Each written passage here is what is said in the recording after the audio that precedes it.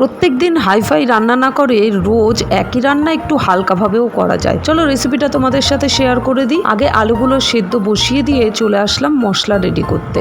জিরে একটু বেশি নিয়েছি, তার সাথে ছোট্ট হাফ ইঞ্চি মতো আদা, কাঁচা লঙ্কা আর টমেটো কুচি খুব ভালো করে বেটে টমেটো কুচি করে নিয়ে মশলা রেডি করে নিয়েছি। আমি এদিকে চলে আসলাম নুন হলুদ দিয়ে মাছগুলো ভাজা করে নিতে। একদম কড়া করে ভেজে মাছগুলো তুলে নেব। এবার ওই তেলেই দিয়ে দেবো জিরে ফোড়ন।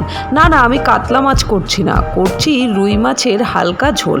জিরে ফোড়নে দিয়ে দিচ্ছি হাফ সেদ্ধ আলুগুলো, হালকা ভেজে নিয়ে দিয়ে দেবো মশলাটা। তবে খুব বেশি কিন্তু কষাবো না, তেল ছাড়লেই অল্প চিনি দিয়ে দেবো গরম জল। যে যেরকম গ্রেভি পছন্দ করেন সেই অনুযায়ী। আমি কিন্তু একটু গ্রেভি বেশিই দিয়েছি, বলেছি পাতলা ঝোল করব। 10 মিনিট ঢেকে দিয়ে আলু সেদ্ধ করে নামানোর সময় গরম মশলা দিয়ে সার্ভ করব। সাবস্ক্রাইব।